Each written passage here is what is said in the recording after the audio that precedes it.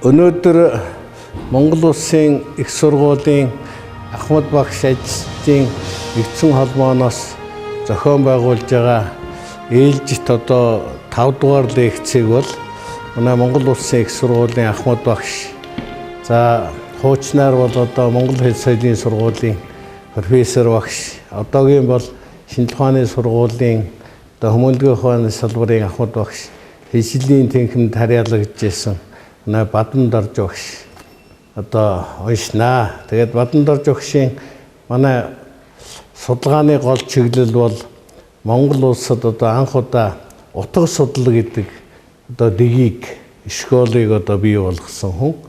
Ер нь бол утга судлаар өмнө хүмүүс судалсан юм огт байхгүй байсан. Тийм учраас утга судлалын одоо сургуулийг дэгийг бий болгосон ийм профессор Эрдэмтэн багш байна. Тэгээд одоо утга судлалын чиглэлээр гаргасан одоо энэ 13 ном нь энд байна. Тийм учраас энэ удаагийн лекц бол одоо та бүхэнд их өрөөгөөчтэй сайхан лекц болно гэж бодож байна. За тэгээд одоо багш лекцээ уншина да.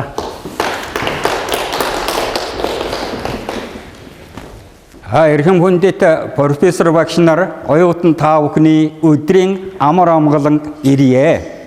Миний бие хүний хэлний онлайн утга судлалын зарим үндэслэл гэдэг сэдвээр лекц уншихаар ов тов бэлдэж ирлээ.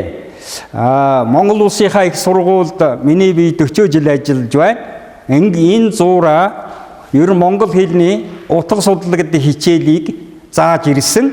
Ингээд өөрийнхөө 30-аас 40 жил боловсруулж бодож ирсэн эрдмийнхаа нэг хэсгээс та бүхэнд ярих гэж ингэж бодсон юм аа. Тэгээ хүний хэл гэдэг үгэн дээр нэг жоохон тогтож ярив. Миний бие ертөнцийн хэлийг 3 хуваасан. Хэдэн жилийн өмнө өгүүлбэлсэн тэнгэрийн хэл гэж байна. Газрын хэл гэж байна. Газрын хэл нь хүний хэл, амьтны хэл. Ингээд 3 том хэл байгаа юм ертөнцийн дээр. За ингээд одоо би зөвхөн хүний хэлний онлайн утга судлалын зарим үндэслэл гэдэг лекцээ эхэлж байна. За хэлний нэгжийн юм ба ухагтун шүтэлцэн холбоог хэлний утга гэж нэрлэдэг. Ингэж нэрлж ирсэн. Тэр нэгжийн гэдэг нь хэлний нэгжүүд олон нэгж байна.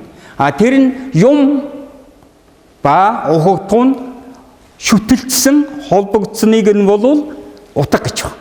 За энэ утгыг бол судлах нь их чухал. Ер нь хүний хэл бол өнгөн бүтэц, гүн бүтэц гэсэн 2 том бүтэцтэй юм. 2 том бүрдүүлбэртэй байгаа. Хэлбэр байна, утга байна.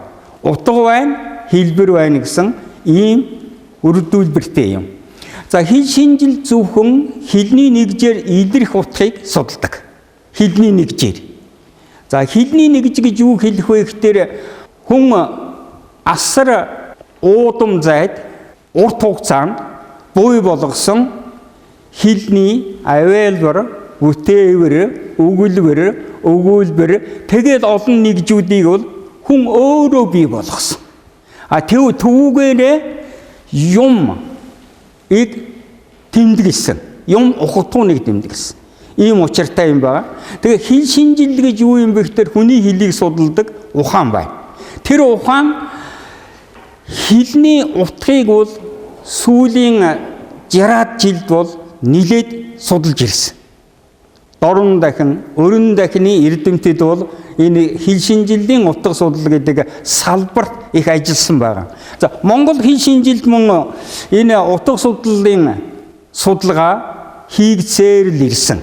За миний ном зөв гэдэг хэсгийг та бүхэн нэг харах бах сүүлд нь би монгол хэлээр, орос хэлээр, англи хэлээр ийм ном ашиглалаа гэж харуулна. Тэнд бол утга судлалын бүтээлүүд байгаа юм. За ингээд би юуны өмнө хүний хэлний утгын тогтолцоо гэж юу вэ гэдэг үндэслэлийг хэлье. За цуваа бүтцийн утга гэж бид ярьдаг. Хэлний олон нэгж нь цуврт байрлсан байдаг. За авиалбараас бүтээвэр, бүтээврээс өгүүлбэр, өгүүлбэрээс холбоо үг, холбоо үгээс өгүүлбэр, өгүүлбэрээс дээш их хүртэлх бүх нэгж бол цуурч байдаг. Давхсаж байдгүй ярихад. Бүх юм цуурч байдаг. За жишээлх юм бол мөнгө хөх тэнгэр гэдэг нэг холбоо үг байна. Эхлээд мөнгө гэдгээ хэлнэ, дараа нь хөхийг хэлнэ, дараа нь тэнгэрийг хэлнэ. Ингээд цуврна. За энэ цуурч байгаа хэлбэрт оногдсон утга байна. За энэ дотор юу байх вэ гэхээр тэр мөнгө хөх тэнгэр гэдэгт авиалбар байна.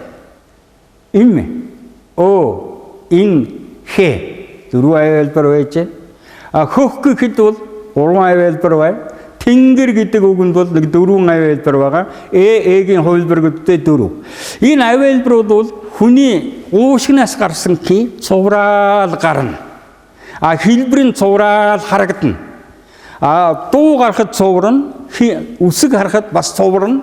Ингээд цуварч байгаа юм хэлний цуваа бүтэц гэд нэрлэдэг. Энэ цуваа бүтэц дээр бол хэлний олон утга бол ялгарч байдаг. Ялангуяа хилзүүн утга бол энэ цуваа бүтцийн дотор ялгарч байдаг. За хоёрдугаарт нь хам бүтцийн утга гэдэг юм утга судлалын онлын утга судлалын ийм үндсэл байна. За хэлний олон нэгж нь хурж, бөөгнөрч, байрлсан байдаг. Хүний хэл гэж их сонин тархинд хадгалаастай томьёо олбор байдаг. Тэрийг код гэж нэрлэдэг. Хүний хэлний ялангуяа энэ зүүн талд зүүн бөмбөлөгт бол Монгол хүний тархины зүүн бөмбөлөгт баахан юм хуралдагдсан, хадгалсан байх. За юу хадгалсан юм бэ гэхээр Монгол хэлний жинхэнэ нэрийн 9 тийн ялгал нэг дор байж. Хамаатуулга нөхцүүд нэг дор байж. Олон тооны нөхцөл нэг дор байна. Тэгээ үйл үгийн цаг бие тэрэл бүх хувиллыг бас нэг хадгалсан байждаг. Тэгэл яадгүй тэр хүн ярих болохоор л хам бүтэц дотроос дуудаал цуваа бүтэц болгоод хэлбэр утгаар мэдээллийг бий болгож идэг. Иймэрхүү үйл ажиллагаа байна. За тэгээ хам бүтцийн утга гэдэг бол ихэнхдээ үгийн сангийн утга, хэлзүүн утгыг бол илэрхийлж байдаг. Ер нь академич Шадуун Лусав андан хэлсэн байна. Үгийн сангийн утга гэж юу юм бэ гэд. Одоо бас 40 жилийн өмнө тодорхойлсон байж байгаа. Харьцаанаас нь салгасан ерөөсөө тэрүүхэнд нь бие даасан утга илтгэжээвэл үгийн сангийн утга. За үгийн сангийн утгыг харьцаанд оруулаад харьцаатай ингээд илэрхийлж байвал хэлзүүн утга гэж багш ингэж хэлсэн. Тэгээ энэ бол онлын утга судлалын маш том тодорхойлолт байна. Тусгаандан багш бий болгосон. За тэр хам бүтцийн утга, цуваа бүтцийн утга гэдэг болвол найруулга зүйн утга, үгийн сангийн утга, хэл зүйн утга одоо юу гэж хэлнэ? Тийм энэ хоёр бүтцээр ярьж болдог байгаа юм. За дараа нь хүний хэлний нэг чухал бүтэц бол шаталсан байна. Шаталсан бүт гэдэг бол хэлний олон нэгж нэг нь нөгөөдөө багтааж, нөгөө нёгийгээ багтааж байрлсан ийм шүтэн барилдсан гэж хэлээ. Шүтэн барилдсан нэгжүүд байдаг. За жишээ нь хамгийн эхлээл хамгийн бага нэгж бол авиалбар байдаг. Тэгээ дараа нь бүтээвэр байна. Тэрний дараа өгүүлбэр байна. Тэрний дараа холбоо үг байна. Тэрний дараа өгүүлбэр байна. Өгүүлбэрүүд нийлэмжээрээ цогцлбор болно. Цогцлборууд нийлэмжээрээ мөрчлөг болно. Мөрчлөгүүд нийлэмжээрээ их текст гэдэг юм бий болно. Хүний тархинд ингээд зулагдаж байдаг. Бүр бага нэгжээс том нэгж хүртлээ шаталж байдаг. Ийм одоо бидний тархинд байна. Монгол хэлний. За тэгээ би цас гэдэг үгээ авсан. Орчин цагийн монгол хэлэнд бол цас гэж хэлчихэж байгаа. За энийг эртний монгол хэлээр ингээд задлаад үзвэл ца, суу, ин гурван бүтээвэр бол. Ча, ис, о, ин таван авиалбар бол. Энэ бүр жижиглээд ирж байгаа. Бүр тэр одоо физикийн хиний хэлээр бол атом, молекул, атом, нейтрон, протон руу орж ирж байгаа юм хэлний. Одоо жижигхэн хэсгүүд. Тэр авиалбар, бүтээвэр, өгүүлбэр бол авиалбар нутгийн ялгаруулж идэг. Жишээлх юм бол Монгол хэлний нэг 46-аас 50 авиалбар хязгааргүй байрлаад 100 мянган үгийн утгыг ялгаруулна. Янз бүрээр байрлана. Тэр бүтээврүүд, авиалбарууд. За тэгээ хамгийн утга судлалд их холбоотой 3 бага нэгж бол авиалбар, бүтээвэр, өгүүлбэр 3. Энийг олон улсын хэлээр авиалбарыг бол фонема, морфема, лексема гэж ийм 3 маа байдаг. Орос хэлээр. За англи хэлээр мөн тэрийг нэрлэж болно. Тэгээд дэлхийн аль ч хэлээр энэ хэл шинжиллийн нэр томьёог нэрлэж болно. Тэгээд энэ 3 бага нэгж бол утгатай маш их холбоотой. Авиалбар нутгийг ялгаруулад өгнө. Жишээлх юм бол нэг жишээ дар, дайр. Монгол хэлний богино их шиг, урт их шиг, хос их шиг 3 бол утга ялгадаг ам байх. Монгол хэлний нэг ам байна. Бүх их шиг чинь 3 бүрэлдүүлбэртэй байна шүү дээ. Богино, урт, хос. Энэгээр утга ялгаруулж идэг. Бид ярихдаа утгыг ялгаж ярина. Дар гэхэд дээрээс нь доош нь дар гэж. Дар гэхдээ гадаа гараад хүүтэнд гарсан гараад мэдэгдэн. Дайр гэхээр манайхаа дайраа дээрээ энийг юмг дайраа нуунгуцаа. Ингээ 3 утга ялгаж яадаг. Наацхан ийм байдаг. За ингээд миний гол хэлэх гэж байгаа юм юу вэ гэхээр хүний хэлний утгын тогтцолтой бол цуваа бүтцийн утга, хам бүтцийн утга, шаталсан бүтцийн утга гэж ийм хэлний бүтцийг бариад тэнд хэлбэр байх дээр л утга байдаг. Утга байхаар л хэлбэр байдаг. Ингээд хүний гол чухал хэрэглүүр бол хэл юм. Хэл тэгтээ тархинд түрүү хэллээ дахиад хэлье би. Тархинд томьёо олбор код хэлбэрээр дархлаатай ингээд хадгалаастай байдаг. Тэр тархинд байгаа хэлийг монгол сэтгхүйгээр хэрэглэх нь бол хэлэхгүй бол.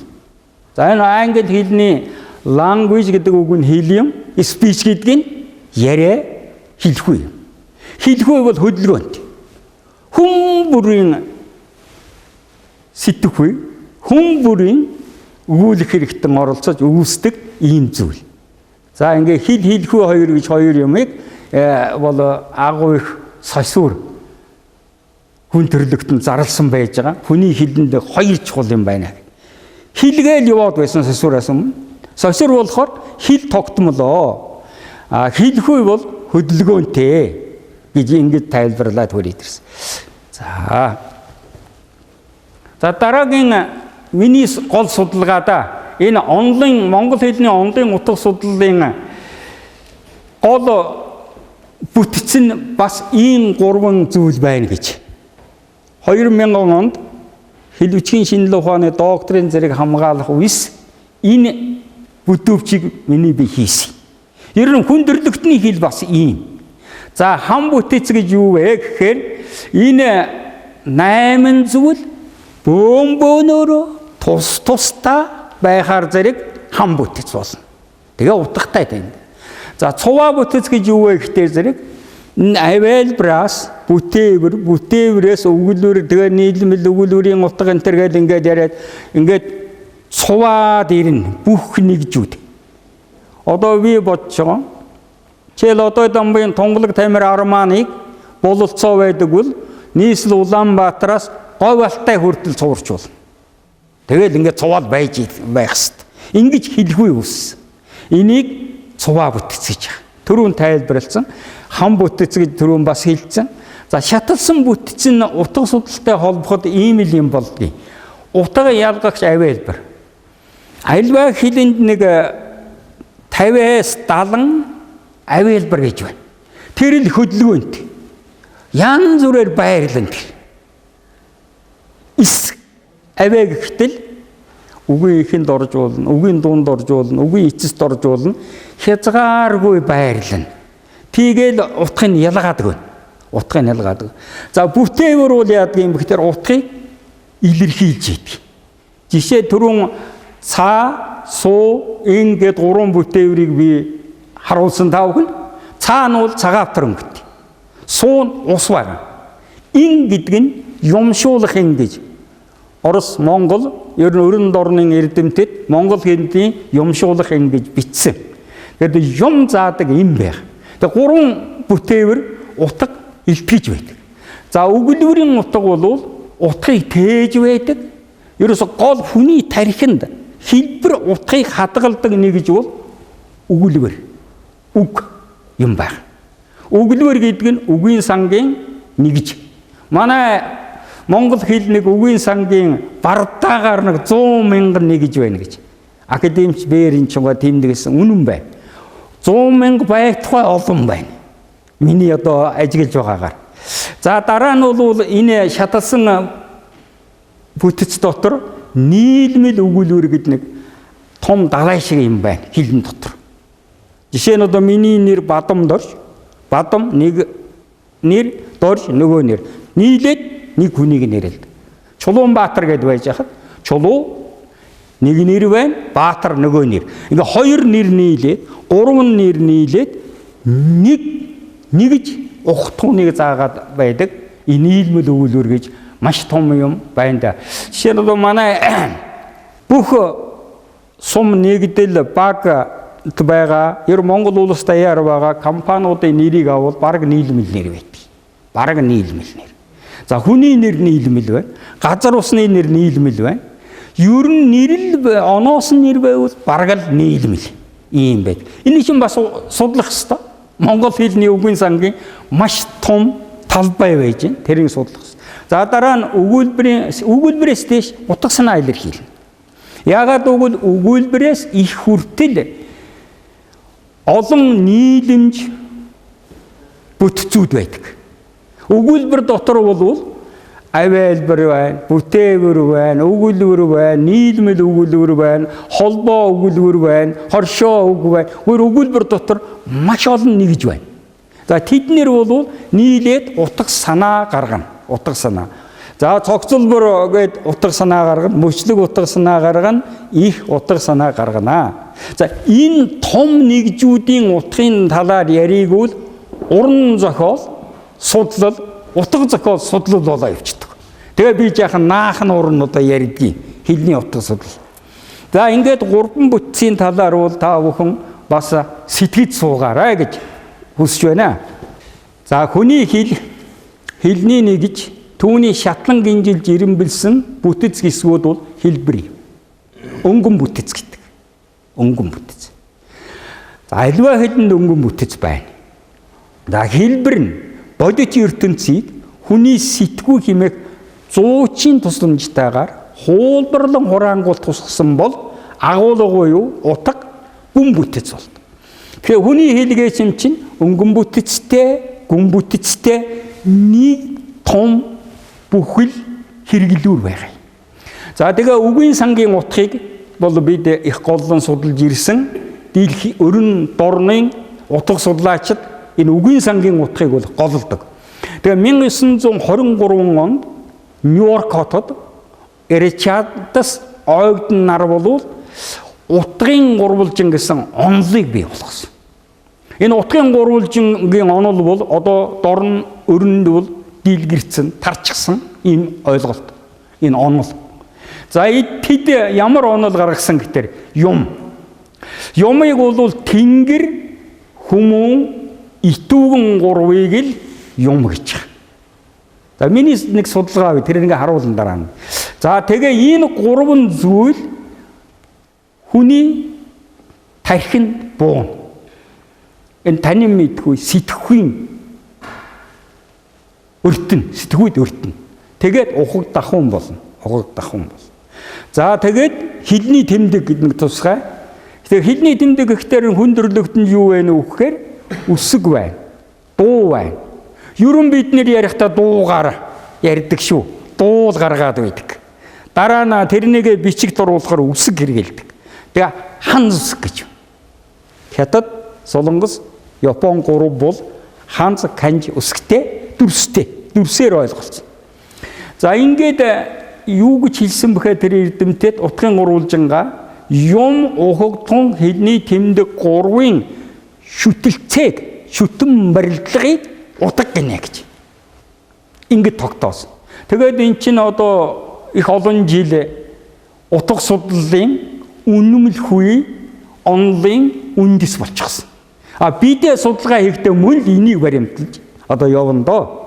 За тэгээд одоо оюутан одоо багш нар мэрэгжлийн бус хүмүүс ч гэсэн энэ хэл гэдэг чинь ерөөсөө их том байгууламж дотроос гарч ирж байгаа санаа утга юм байна. Хүний тархинд байгаа маш том байгууламж нь хэл гэж. Энийг одоо их ухааруул зүгээр. За ингээд дараагийн хэсэг рүү. За ер нь утга судлал гэж одоо юу хэлж байгаа юм бэ гэж. Хүний хэлнээ хэлбэргүй утгагүй хэлбэр гэж байхгүй. Академик ижлуулсан андан ийм сургаалыг бараг 100 жилийн өмнө гэх юм уу хэлсэн байна. Ерөөсөө хэлнэд хоёр том бүрдүүлбэр байна. Хэлбэрийн талын нэг бүрдүүлбэр, утгын бүрдүүлбэр. Ийм хоёр юм байна шүү. За хэлний нэг юм бодит ертөнцийг тусгасан агуулгын талыг гүн бүтэц хэмээн нэрийдэн түүнийг судалдаг ухаан нь утга судлал юм. За энэ утга судлал энд нэг хитгэн нэр томьёо гэх давтамжтай хэрэгжилж байгаа. Зарим нэр томьёог бид тогтоож байна. Ерөөс монгол хэлээр нэг тогтоогоогүй нэр томьёо утга судлал байна. Тэрийг тогтоогоод явж байгаа бид. За би та бүхэнд хитгэн нэр томьёог л харуулах гэж. Хэлний утга судлалын дараах 100 хэдэн нэр томьёог давтамж өгөхөөр хэрэгэлдэг. Тухайлбал утга. За англиар meaning орсоор значение утга судлалын үндсэн ухагт. Утга судлалын үндсэн ойлголт ухагтуныг утга гэдэг. За дараа нь утгалбар гэдэг нэр томьёо байна. Нэг авиалбар бүтээвэр гэдэг нэг нэр томьёонуудтай жишиж байгаа тогтоосон энийг. Англиар симими, симантими, орсоор семема, симентема. За хэлний утга судлалын үндсэн нэг гэж олон утганцрын цогц юм. Утганцрын цогц. Утганцар гэдэг нэг жижигхэн утгыг хэлж байгаа. Бяцхан утга. Маш баг утгыг бол утганцар гэж. За утганцар нь бол англиар сими, орсоор сема, утгалбарыг бүрдүүлэгч. Энэ шинж тэмдэг. Энэ ер нь утга гэж юу юм бэ гэхээр тэр аяараа шинж тэмдэг. Яс альва юмын шинж тэмдгийг л ухаараад л ойлгохтой зэрэг л утга болж байгаа. За ингээд нэг жишээ авч үзье. Монгол хэлний цагаагчин хэмээх үглээр дараах 4 утганцраас утгалбар нь бүрднэ. Үүнд бүрдүүлбэр утга зүйн онлын сэтгэлгээгээр авч үзвээс нэгдүгээрт өнгө зүсмийг илтгэх цагаатар гэсэн нэг утганцар байна. Нэг шинж байна. Хоёрдугаар им хүүс заах зөвхөн амьтны нөгөө нэг шинж утганцар байна. Гуравдугаарт нь гагцгүй мал амьтанд хамаатай. Хүнд ерөөс хамаахгүй. Тэжээмэл ба зэрлэг амьтанд хамаатай. За цагаагчин гэдэг үгийг хүн дээр ерөөс хэрэглэхгүй. Амьтан мал дээр л хэрэглэ. За дөрөвдүгээрт нь хөдөлгөөн заахгүй. Энэ жинхэнэ нэр байл. Цагаагчин. За ингээд ил дөрвийн шинж буюу утганцрын цогцоор им малын цагаан зүсэм илтгэсэн нэрийдэл хэмээх утгалбартай гэж тодорхойлсон. За 1966 онд толч яа цэвэлгай тол дотроо им малын цагаан зүсэм гэж тайлбарласан. Энийг яг судлаа дэлгэрүүлээд үзэхээр утганцрын онлын үүднээс үзэхээр зэрэг энэ дээрх 4 бяцхан утга байна. Тэгэхээр ер нь тол хийнэ гэдэг бол яадгүй гэхээр аливаа юмын шинжийг ажиглаад тэр бичил утгыг нь ойлгоод мэдээд тэгээд үгийн тайлбар хийдэг. 100,000 үгийн тайлбар хийнэ гэдэг бол нилээд ажил, нилээд чимхлүү. Тэгээ манай том тойлчид бол хэлсэн байгаа шүү. Тойлог хийх бол маш их чимхлүүр хэцүү ажиллаа гэж. Тэгээд ингээд үг бүрийг ямар шинжтэй вэ нөгөөд гаргахаар зэрэг нөгөө тойлны утгын тайлбар болдог байгаа юм. За, утга зүй гэдэг нэр томьёо байна. Энэ англи хэлээр semantics, оросоор семантика гэж. Энэ их түгээмэл яригддаг нэр томьёо. За, хэлний утга судлалын дид салбарын нэр идэнэ. Жишээ нь үгийн сангийн утга зүй, бүтээвэр зүйн утга зүй, хэл зүйн утга зүй гэх мэт. Ямарваа нэг хэлний бөөн хэсэг юм байхад утгын шинжилүүл тэр нь утга зүй болдог, семантика болдог. Ийм учиртай. За, дараа нь утга судлал гэдэг хамгийн том нэр томьёоны грек хэлний семасиа гэдэг үгнээс угаасаа гаралтай. Энийн санаа утга гэсэн үг. Маш эртний үг байна. Логос гэдэг нь манайхан судлал зүйгээд орчуулсан гэсэн үгээс гаралтай. Тэгээ хүний хэлний гүн бүтцийг судлана. Тэгээд яах вэ? Семислологи гэдэг юм ийм үгүүдийг бид нар утга судлал гэж орчуулаад хэл шинжиллийн бие даасан нэг 70 жилийн хөгжиж байгаа салбар. Энэ салбарыг Монгол улсын их сургууль хөгжүүлж идэг. Монгол улсын их сургуулийн хэл шинжиллийн тэнхэм тэр аяараа утга судлаач нар болж ирж ирсэн. 1980-аас 2000 он давтал. Тэгээ бидний хийсэн ийм номууд байна л да. Миний нэг 10 ном байна. Энэ дандаа утгатай холбоотой. Монгол хэлний утга судлалын ажиглалтал юм байна. Тэгээд энэ утга судлал гэдэг салбарыг Монгол улсын их сургууль дээр бий болгосон шүү. Бусад ихтэй сургууль, хэл зохиолын хүрээлэн, судалгааны газруудад энэ утга судлалын талаар нэг яриагүй байсан. Бид 1990-ад оноос өнөөдөр хүртэл Монгол хэлний утга судлал гэдэг энэ салбарын тухай байнга ярьж, бүр Монгол улсын их сургуулийн Монгол хэл уран зохиолын ангийнханд 1997 оны алдад би хичээл бий болгосон. Ордог тусгай өөрөө орно. Тэгээ номоо бичсэн, хөтөлбөрөө хийсэн. Тэгээ Монгол хэлний утга судлал гэдэг хичээлийг шинээр бий болгосон. Ийм байгаа юм. Тэгэхээр хэлний утгын нэг гол зүйл болов энэ онлын утга судлалын нэг том үндэслэл бол утгын түүхэн шинж. За, утга бол нэг 6 түүхэн үйтэй. Утга үүсэх. За, юм ухагтун хэлний тэмдэг 3 шүтэлцээгээр хэлний утга үүснэ. Энэ ширээ хизээ бий болсон. Энийг хэн сэтгэж эндээ авчирсан? Ширээ гэж хэн нэрлсэн? Энэ 3 том шүтэлцээнд утга үүсдэг. 100,000 утга үүсэн шүү дээ. 200,000 утга үүсэн. Энийг монгол хүн хийсэн. Монгол хэлний утга судлал дээр монгол хүн ийм их ажил хийсэн. Оюуны хөдөлмөр. За, дараа нь утга тогтнодог.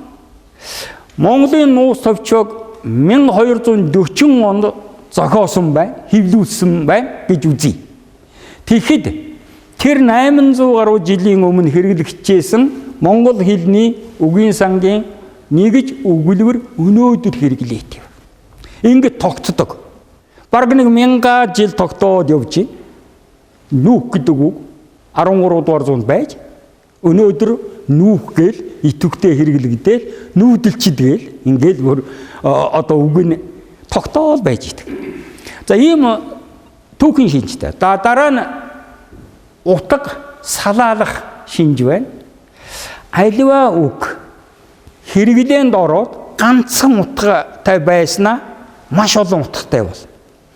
Бидний ажиглалтаар монгол хэлний толгой гэдэг үг 33 болсон байна. Бид Монгол улсын их сургуулийн оюутнуудтайгаа нийлээд миний хичээл зааж байхдаа гаргачихсан. Хүний толгой ихтэйд үүссэн шүү.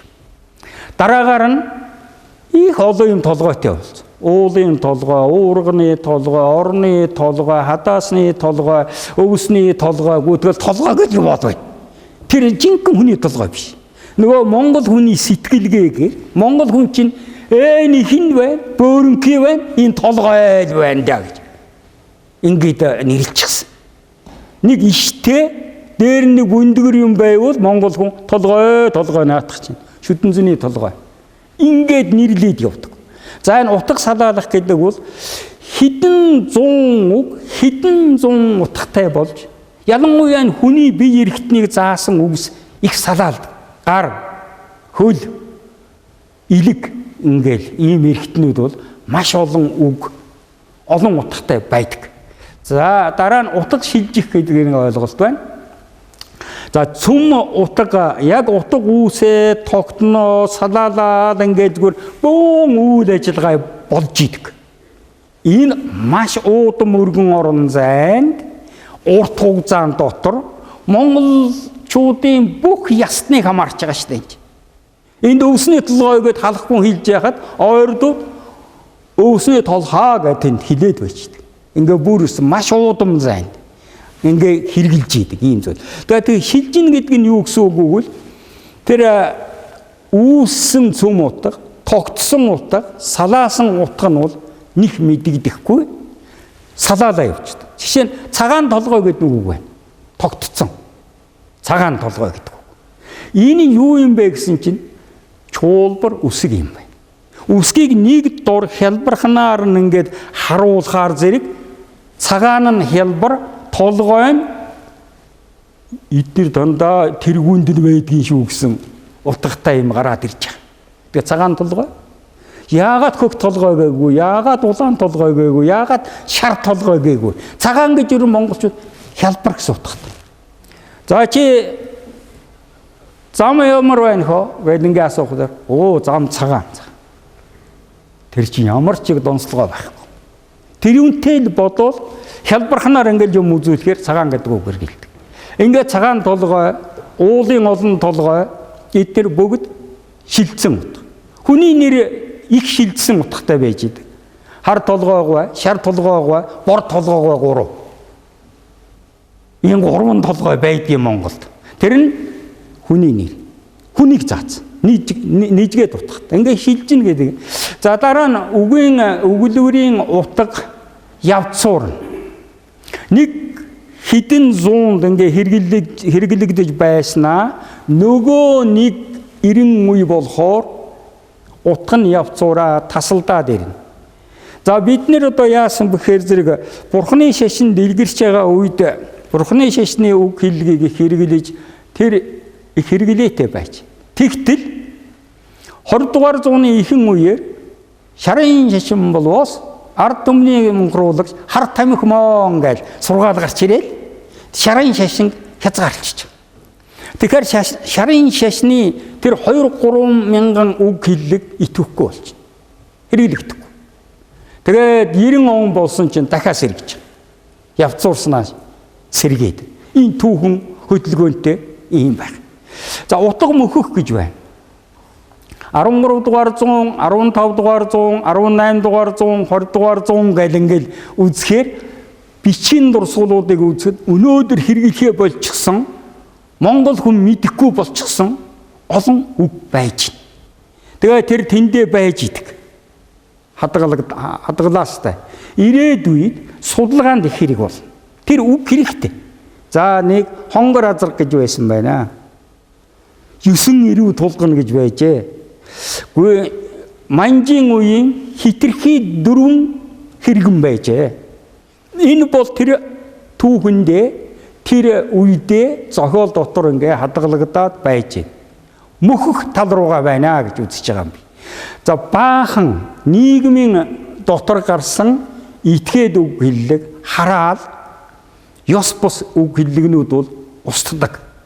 Одоо та бүхэн 80 90 2000 оны үеийн нэг хэсэг жаргон этгээд хэллэгийг бол мэдэхгүй болсон. Маш олон этгээд хэллэг байсан. Их гарын драп гэдэг нэг үг байсан. Залуучууд мэдэхгүй дээ. Оросоос болтоо драпаар хийсэн болтоо нэлийн оруулж ирсэн монголчууд. Тэгээд хүмүүс өмссөн олон жил идэлгээ сайтай драп гэдэг давуу байсан баг.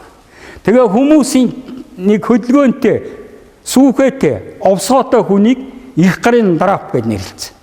Тэгээ энэ хуучир нь энэ мөгчсөн одоо. Шал гурьяач гэдэг юм уу? Булгнахч гэдэг юм уу? Баахан үг бол ингээд хуучраад одоо нөхөр доктор О Самбодоржи хийсэн судалгаанд байгаа үг тэр аяараа бараг мөксөн мэ. Тэр сүхэ О сүхэгийн хийсэн судалгаа энэ тэр бол тэр үг бол бараг мөкчихсэн байж байгаа. Тэр хоригдлуудын хилдэг үгнүүд байж байна. Одоо энд байгаа залуучууд та нар тийм үгийг мэдэхгүй. Октоодыг бэлзуухай гэдэг гэж хоригдлоо. Мэдхгүй. Тэр устсан байна. Тэгээ нэг үг утга ухтунгүй болох бас удаа байна. Тэгвэл монгол хэлний үгийн сангийн багахан хэсэг ухтунгүй бол бүгдөө ухтунтай байна. За дараа нь монгол үгийн утгын орон гэсэн том ойлголт байдаг. Ер нь онлын утга судлалын дотор утгын орон гэсэн семантическое поле гэж орсууд нэрлсэн ийм үзэл баримтлал байна. Тэгээд миний бие нэг 2000-ад оны ихээр монгол хэлний бүх үгийг нэг 5% амьтаа амьгүй гэж хоёр үзээд. Ер нь амьтаа юм байна, амьгүй юм байна. Ийм хоёр л юм байна. Тэгтээ тэрнийг их наривчл бол тэнгэр мандал. Мөнх тэнгэр утгын орон байна. Тэр дээр байгаа одор гисийн нэрс. Тэр 99 тэнгэрийн нэрс. Тэр тэнгэртэй холбоотой үг гэлгүүд нэг том орон болж байгаа. Одоо яг үннийг хэлгээ судлаагүй байна. Судлаагүй. Тэр зүүнний 44 тэнгэр, барууны цагаан 55 тэнгэрийн нэрийг судлаагүй байна. Тайлбарлаагүй байна. Ирээдүйд энэ октод энэ төр тайлбарлан таана энэ эзнээ хүлээж байгаа. За тэгээ нар гэдэг үгийг энэ жишээ болгож авсан юм би. За дараа нь шими ертөнц гэж байна. Ер нь дурныхны гүн ухааны ойлголтоор хүн амьтан ургамал гурвыг шими ертөнц гэдэг. Нэг юм утгын орон байна. Тэнд хонь гэдэг үгээ авч болно. Дараа нь сав ертөнц гэж байна. За энэ бүх амьгүй юмыг нэг одоо том ертөнц байна гэж үзье. Түүний нэр, түүнтэй холбоотой үг гэлгүүд. За гэр гэдэг үгээр жишээ болгож авчиж болно. За дараа нь монгол хэлний энэ үгийн санд хөдөлгөөний утгын орон, хөдөлгөөн заасан үйл үг бол нэг 50,000 үйл үг бардаагаар байна гэж боддог. 50,000. Ингээл үйл үг хэрэглээд байна л да. Тэгээ сайн хэрэглээг нь үзэхээр 50,000 болов уу гэж бодож байна. За тэр үйл үг бол нэг тийм утгын том орон болно. Тийм сур гэдэг үг байна. Бич, бод гэдэг юм уу ингээд үг нь. Дараа нь нэг юм үлдээд байсан судалгаа хийхэд хийсвэрлэл утгын орон гэсэн ийм нэр томьёо өгсөн бий. За энд бол яг хөөхтөр ерөөсөө бодит ертөнцид байхгүй. Хийсвэрлэн бодож олсон олон нэр байна. Жишээ нь чөтгөр, шулам, тирэн, хангард. Хангард үдсэн хүн байна оо. Одоо байдгүй, байгаачгүй, байгчгүй. Тэгээ Улаанбаатар хотын бэлэгдэл хангард. Луу гэдэг нэг юмт. Энэ чинь нэг монгол хүний тэр хийсвэрлэх сэтгэлгээгээр буй болчихсон. Бүр утга соёл болчихсон. Ингээ байж. За ингээд энэ 5 том орон бол хоорондоо шүтэлцээтэй. За 1717 онд монгол хэлний тайлбар тойл бичиг одоо гарч исэн байгаа. Тэнд болов 280 гаруй зүйл болгоод монгол хэлний үгийг утгаар нь аль хэдийн ангилчихсан бага орон үүсгэсэн байдаг. Тэнгэрийн зүйл, хүний зүйл, газрын зүйл гэл ингээд явчихсан. За энэ утгын 5 том орныг жишээгээр одоо тайлбарлах шаардлагатай ойлгуулахын тулд монгол хэлний үгийн сангийн утга зүйн 5 их орныг жишээгээр тайлбарлан үзүүлбэл гэж. За босоо юм баганд утга зүйн их орны нэр Тэнгэр мандал, Шими ертөнц, Сав ертөнц, хөдөлгөөн, хийсвэрэл. Саяын 5 зүйл. За энэ монгол хэлний үгийн сангийн нэгжийг миний бие 5 гэж үзэж байгаа юм байна. Судалгаа 97 онд миний ном гарсан. Тэнд би 5 тийм нэгж байна гэж. Монгол хэлний үгийн санд 5 гэж. Ер нь аливаа хэлний үгийн санд байх бас магадлалтай. За нэгдүгээрт нь үг байна. Тэгээ нөгөө таваар ингээд нар, хонь, гэр, сур, чөтгөр гэдэг энэ жишээ. Хоршоо үг гэдэг нэг маш чухал юм байна монгол хэлэнд. 2 үг нэг утга гаргаж идэг. Бүх үгийг оршиж болдог. Мал, зал, амтан, мантан гэдэг ингээд яваад байна. Ерөөсө бүх 100,000 үгийг оршиж. Тэгээ 2 үг заавал хэлнэ. Тэгээ нэг утга гарна. За дараа нь ингээд нар, сар, хонь, хураг, өргөө, гэр, сурах, мэдэх, буг, чөтгөр гэдэг 2 шууд. За нийлмэл үг гэж байна. Нарны аймаг, сартуул хонь, гэр тэрэг, сурч авах, чөтгөрийн гал гэдэг энэ нийлцэн үгнүүд байна. За өөрмөц хилцүүл их баян монгол хэлний. За халуун гэрэлт, халуун хушууд, таван ханд, номын дуу сонсох, ирэлгийн илч. Ер нь чөтгөрийн их хүндэтгэл нэр чөтгөрчин бас амтан байна. Хүндэтгэл нэртэй. Тэр нь ирэлгийн илч гэдэг. Чөтгөр гой. Бас тэрнийг их үзмээр байгаа. Чөтгөрийн бага надтай гэдэг үг биш. Юу гэж нүгэд. Ингээд бодоод явах хэрэгтэй. Утга зүйн хувьд. За дараа нь хэвшмэл хийц гэж байна. Нөгөө үгс чинь зүүр цэцэн үг дотор хэвшмэл хийлс дотор ордог. Нарны гэрэл илчтэй, нагацсан хүндтэй. Нар гэдэг үг ингэ. Хонинч минь чононч цатгал. Яасан бэ? Гэдэг асуулт гарна шүү. За тэр гэрийн хийлхээ тоон, гэдэсний хийлхээ хоол. Эрхийг сурахаар бэрхийг сур, чөтгөрийн баг нь надтай. Ийм хөвшмөл хиллгүүд бол бий болчихсон. Энийг нэг л өгүүлбэр мэт ойлгох ёстой юм. За утга зүйн үг гэдэг нэг ойлголт.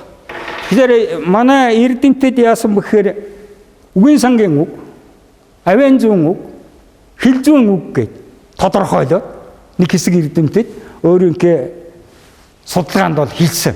Би яаж яах вэ гэхээр утга зүйн үг гэдэг нэр томьёог хэрэгжилж байгаа. За утга зүйн үгийн гол шинж нь олон утгатай дорш. За утга зүйн үг өгүүлбэр нь утгын 4 давхраатай. Эхлээл цөм дээр нь цөм утга гэж байна. Жаахан тэлээ салмал утга. Жаахан тэлээ шилжмэл утга. Тэгээ юусоо байхгүй олдмол утга. Олдох гэдэг үгэн дээр олдмол. Тэгээ монгол хэлний ам гэх үгийн утгын үүрийг сонирхъя. За ингээд бүгдээр харагдаж байна уу? Харагдаж байгаа баха. Эхлээл тэр цөм утга гэдэг рүү нэг анхаарлаа төвлөрүүлээрэ. Тэр хүн амьтны ам, уруулын завсрах сүв. Хүн амьтны ам, цөм утга. Тэр цөм утгаас нь салмал утгууд үүснэ. Уутны ам, бууны ам, тогооны ам, аягны ам, галын ам, уулын ам, нүхний ам, хайчны ам гэх мэт нэг олон амууд. Сэтгэлгээ Монгол хүн сэтгэж байгаа. Хүн ам гэдэг юм бай. Амьтны ам, шууны ам гэдэг нэг юм бай. Яасан адилхан юм уулын ам. Гэт ингээд сэтгсэн дараагаар салмал утгууд үүсдэг. За дараа нь шилжмэл утга байна. Яг хүний ам биш. Яг уулын нөгөө салсан ам биш. Үнэг сонирхолтой утгын ам гараад ирж байна. За тэр аман хуур, аман зохиол, аман яриа, аман үзүү, богны ам, тарины ам, урт ам, хойт ам, урд ам, хойт ам, ёлын ам гэх. Тэр газрын нэрүүд бол бүгдөө утга шилжчихсэн. Гүн чин тарины ам гэж тарин хилдэг ам байдгийн болов гэж бодох юм уу? Яах юм? Тэгээ энийг судлаагүй байгаа доо. Тэгтээ утга зүйн хувьд нь судлах хэрэгтэй. За дараа нь бол олдмол утга гэж байна. Олдмол утга. Энэ нь ерөөсөө энэ үгэнд байгаагүй.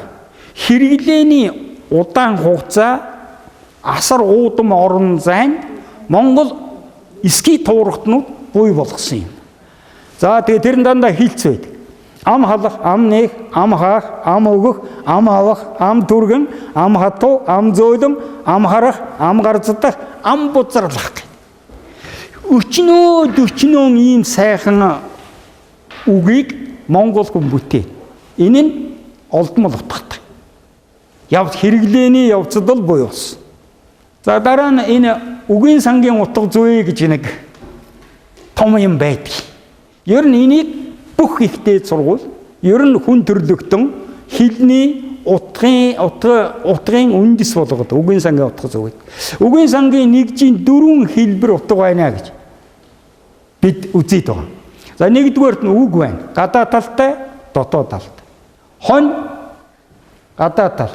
Хонь гэж бичнэ, хонин гэж бичнэ. За дотоод талыг үзэхээр зэрэг тэжээвэр хэвдэг адаг ус. Нэг өгүүлбэр, нэг утгалбар. Хоёр хоршоо үг. Энэ хос утгад үг гэж үзэж байгаа юм би. Гадаа тал нь хонь мал. За хоёр өгүүлбэр, дотоод тал нь хонь бас бус мал, нэг утгалбар.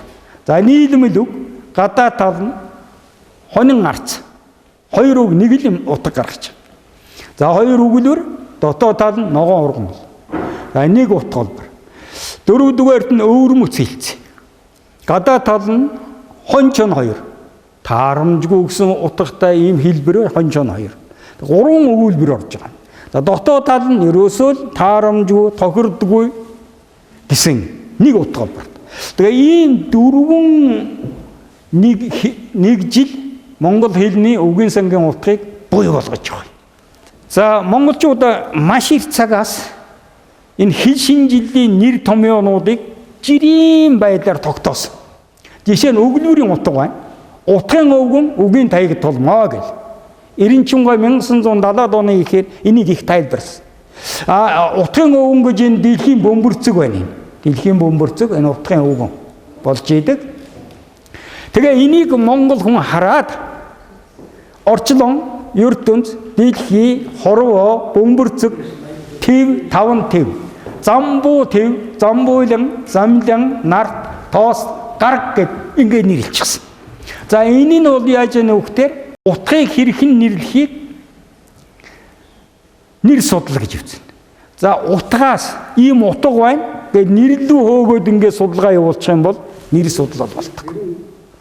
За энэ сонирхолтой зүйлээ.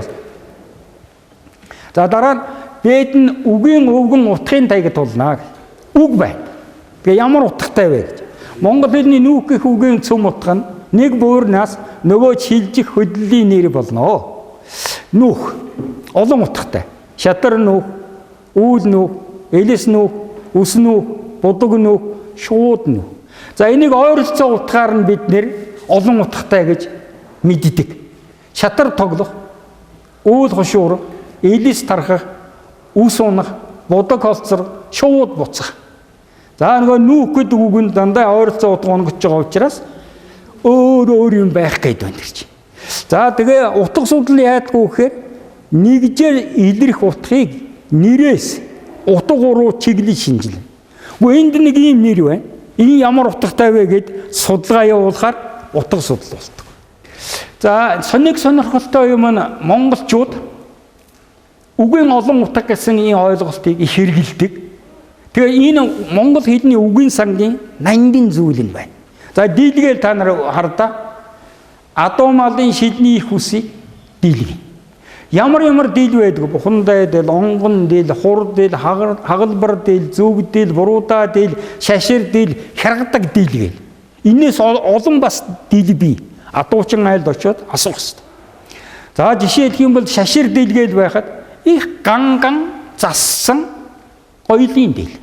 Мориороо бас гоёдаг байх юм шүү дээ. Монголчууд. Тэгээ ингээд утга судлалыг их гүнзгийрүүлээд байхаар зэрэг монгол хэлний үгийн сангийн уур хайг л ухаж байгаа юм.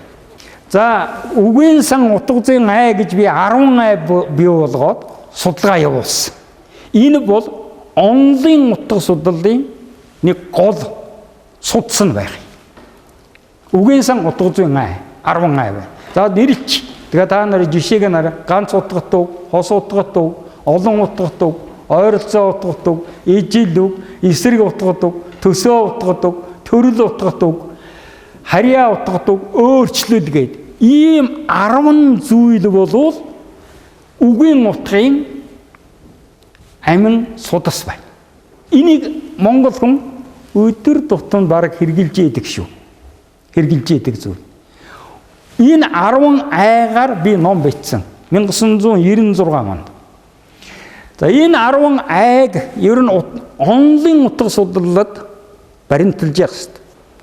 За орчин үеийн хэл шинжилгээний утга судлалын судалгаанд нэг чухал онцлог дид салбар 2 бий болсон. Нэгдүгээрт нь бүрэлдүүлбэр утга зүй. Тэр цаана би монгол хэлний бүрэлдүүлбэр судал гэдэг ном 21 онд бичлээ. Энд тэр бүрэлдүүлбэр утга зүй бичсэн. За тэгээ яадгүй хөхтэр Тимээ гэдэг нэг амьтан байна энд. Гүн энэ ямар утгатай юм бэ? Нэртэй болов уу гэж байгаа Тимээ гэж. За энэний утгыг яаж мэдэх вэ? Бүрдүүлдэг шинжийн. Нэг бие өндөр бод. Хоёр бүхтэй. 3 хөвдөг. 4 голдуу говьд байдаг. 5 ихэвчлэн хүрэн улаан зүсэнтэй. Ийм шинжүүдээр нь бүрдүүлбэр хийгээд Тимээ гэдэг бол ийм 5 шинжтэй амьтан гэж. Ингээд утгыг нь олдог. Тэг бүх 200 мянган үгийг ингэж олно. Ширээ гэж юу вэ гэхдээ зэрэг одоо бодоо суучин шүү дээ. За ямар шинжтэй өнөөдрүүлжин дугуйгуулжин янз бүр байх нь хөл байх нь энэ төр гэл ингээд гаргаад тэгээ утгын дотор. За ийм бүрэлдүүлбэр утга зөвөл өрн дуран дахинд өнөөдөр их дэлгэрсэн. За дараагийн тэр ном зүйд нэг харна. 2 дугаарт нь танин мэдхэн утга зүй гэж дэлхийг бүрдсэн энэ судалгаа. За тэр судалгаа яадгүй гэхээр хүний хэл, сэтгэхүй, танин мэдгүй 3-ыг холбож энэ 3-ын шүтэлцээн дээр утгыг тайлбарладаг. За жишээлх юм бол одоо их танин мэдсэн зүйл монголчууд зүүргүй үг байхгүй, зүүдэлгүй дээл байхгүй гэж хэлдэг. Тэгээд л яах вэ гэхээрээс цахаас аваад үг хэлэхээр л монгол хүн зүүрлэл хэлдэг. Метафор гэж юм хэлдэг. Энэ бол танин мэдхэн утга зүй сүм судлагдав. За жишээлх юм бол хурган мантан. Хургаа танин мэдсэн, мөөгөө танин мэдсэн. Тэр хяр дургацсан жижигхэн цагаан мөөгнүүдийг хараад энэ хурган мөг. Яа сэтгэл хийж өгдөг. Тэгээд тэр хурган бантан гэдэг чи ямар хоол вэ? Ингээд ингэж сэтгэхгүй орж идэг. Дараа нь хонин арц, хонин тогоо, хонин зэрэглээ гэж. Мал аж ахуйгаа маш их танин мэдсэн монголчууд. Малаараа ихэнх юмыг нэрлэн. Азарган дэш, азарган бор. Азарган дэш гэдэг энэ ширээ шиг дэш байх том. Хамгийн том дэш юу азарган дэш гэнэ. Тэгээ нэг сайхан үг гарсан байна. Даг ихтэй ялдам, дархан төшөндөө ялдам. Тэр юу гэсэн үг үгвэл тэр монгол хүмүүсийн инэрэнгүй нэг сайхан сэтгэл байна. Тэрнийг л хэлсэн. Даг яагаад ихтэй ялдам байдгийг гэхээр унаг хөхсүүг би хөгж байгаа учраас их рүүгээ хардаг байгаа. Намайг хөхүүлэх болов уу? Тэгээд их ялдам ингэж хөдөлж байгаа хөгждөг. Дархан төшөө их хайрладаг. Би очиод ингээд согоод гээл яач юу гэсэн гүчи дүш гээл ингээд гүй тэр өндөө хайртай байна. Энийг чинь ажиглаж яагаад хилц суулгаа хэлсэн.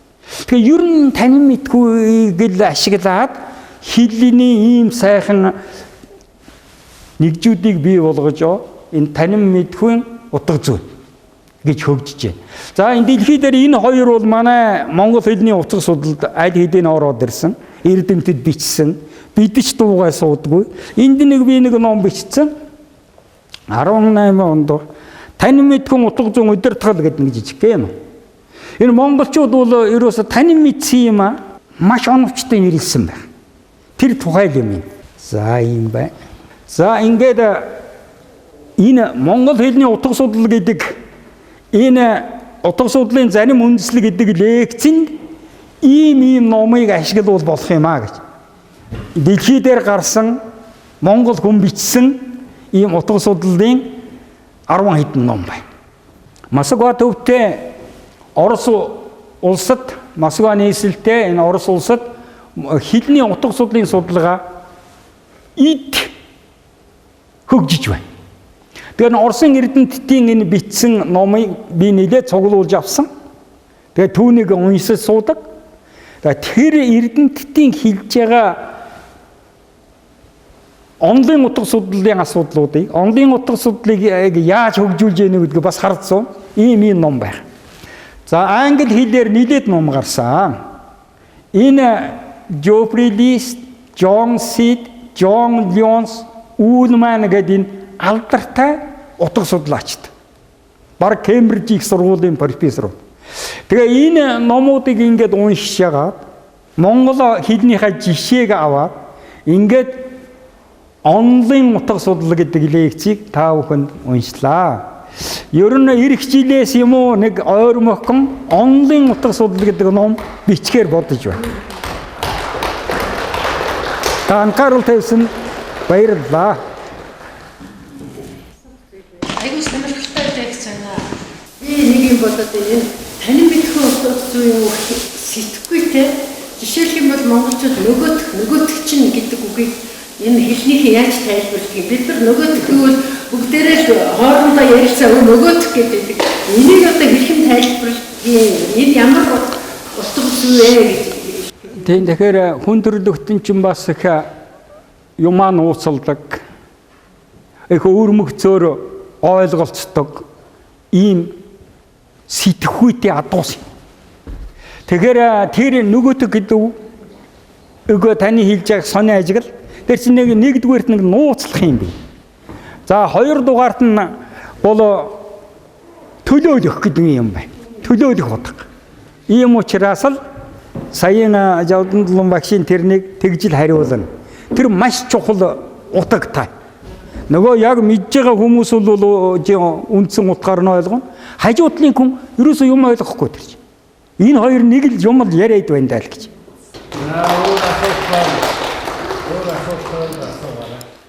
Өнөөдөр бидний дээр хүрэлцэн үед та бүхний өмнө утга зүйн утга судлалын талаар сайхан лекц өгсөн Бадамдор профессортай баярлалаа. Тэм учраас одоо бас талархаж илгөөх ёстой. За манай Монгол Улсын их сургуулийн ахуйн ажилтны холбооноос гаргасан энэ мэрэгдийн алтан ном гэж манай их сургуулийн 120 багшийн намтар бүтээлийн тухай юм байна. Тэгээ энэ ихнийхд бол Бадамдор зогсоороогүй одоо дараагийнхад орохоор материал өгсөн байгаа. Дахин хэвлэгдэх гэж байгаа. За тэгээд энэ номыг тэгээд манай ахуйн холбооноос бас энэ гаргасан энэ мөрөн юутай палаш байгаа. За тэгээд тэр лекцийн алтан самд орсон лекцийн палашин дээр бичүүлж аваарай гэдэг. Одоо танд бэлэг болгон барья. За баярлалаа.